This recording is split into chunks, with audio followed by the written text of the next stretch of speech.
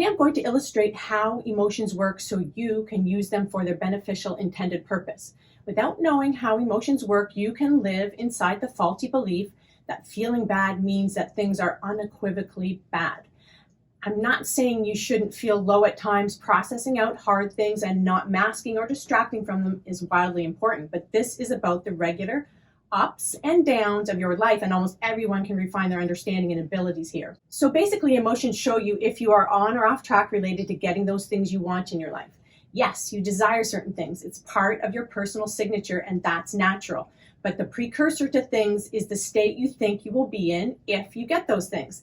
That means if you bypass your fundamental well-being state just to get things, it will wreck you.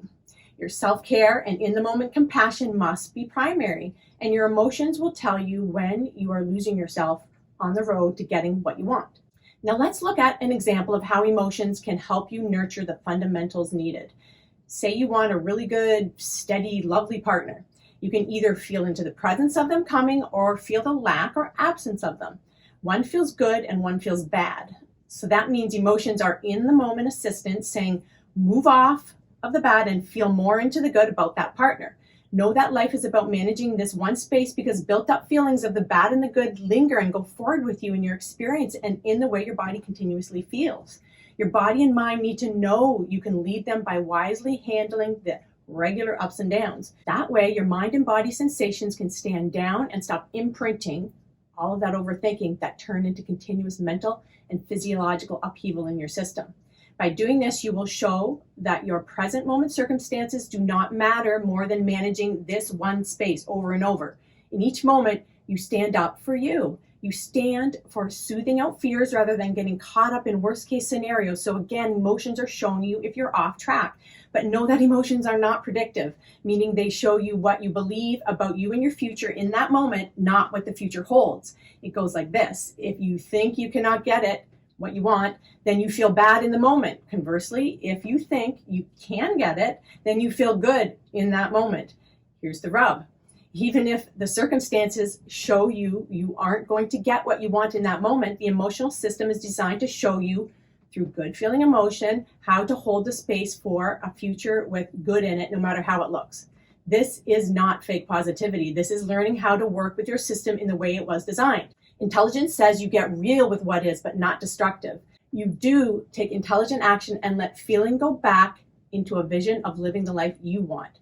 Seeing through the lens of, oh, here we go again, what's wrong now, is just a bad habit. It's not intelligent action. Sometimes what is stinks, but how you interact with it builds up your potential. How you react sets up your future moments. Know this. The illusion of now can't be counted on. Now only reveals where you have been focusing and what you have been believing in. That means you don't want to get freaked out by the current moment. Of course, that is not an easy thing because our bodies are often shaky and triggered from all that thinking about what is missing. Even if you do get freaked out though, that's okay because you will get a bad feeling that signals you're off track. So notice a bad feeling isn't bad. It's only information about what you were doing with that moment. With that important information, you can now course correct. So ultimately, it is what you do with the current moment that matters. The common dictum about living in the present moment isn't just a cliche. It really is all there is, and you need to know this. You have to know how to live in the actual world, not in the world of misconceptions. In that misguided world, you pretend that worrying about your future and regretting your past works as a viable solution to getting the life you want. The internal narrative often goes like this. If I complain enough, the universe will somehow see how bad it is and grant me my wish. But you aren't a beggar waiting for a genie to bestow wishes upon you. You may think, well, logically, I know worry and regret are destructive and bad for me. I'm not doing this on purpose, you know. You have to wake up to your own innate power to direct your fearful parts. Those ones that keep you falling into these old patterns. Think about it this way. There is the world as it is, sort of, and the world you think about.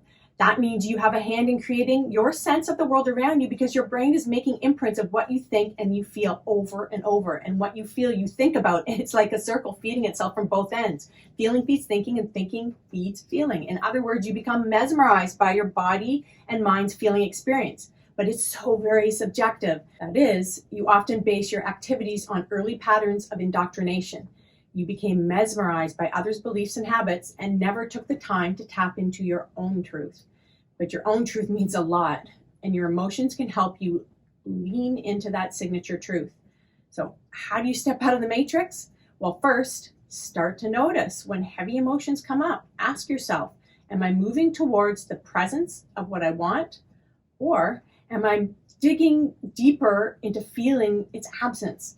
Then practice saying and feeling into the statement, no, I will not abandon myself for a belief that worry works. No, I won't. Now, second, realize that you don't need to wait for a big blow up of negative emotion to work on getting on top of this.